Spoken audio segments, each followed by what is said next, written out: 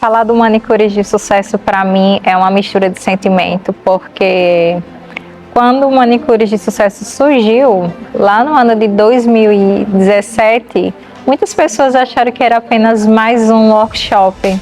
E os anos foram passando e o Manicures de Sucesso foi crescendo em uma proporção que se tornou pioneiro no Brasil, que revolucionou o mundo das unhas, trazendo mais visibilidade para o meu estado, Pernambuco. O meu sonho era participar de um congresso, mas congresso para mim era algo muito distante, que só existia em um único lugar, que era no sul, mas dentro de uma feira da beleza, e nunca se viu nem ouviu um evento que tivesse essa proporção.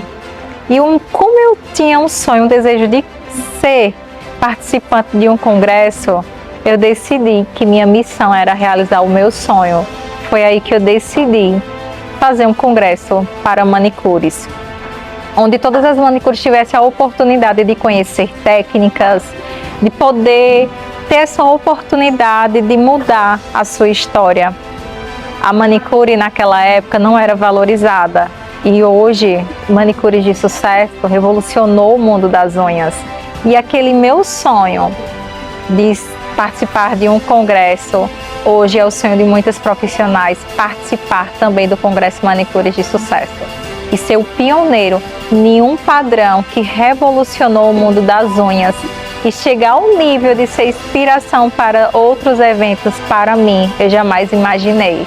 E aquele desejo, aquele sonho de ser uma participante de congresso, hoje eu sou a CEO do Manicures de Sucesso, onde a gente vê várias meninas que passam por aqui contando seu depoimento, que através de uma palestra minha, de uma educadora, ela teve uma visão diferente, ela transformou. Hoje pessoas são reconhecidas através de Manicures de Sucesso. Para mim, isso é muito gratificante. Um sonho que era meu, hoje é um sonho de tantas profissionais. E hoje eu me sinto realizada com essa missão, a qual Deus me deu, que através da minha vida ia transformar a vida de tantas mulheres.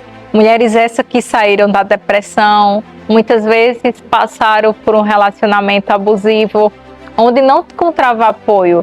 E hoje, ao participar do evento, a gente vê, né, chega a me emocionar, porque eu sou a pessoa que mais vejo o crescimento, a transformação delas, e é real, né? E hoje eu posso dizer, respeita a minha história.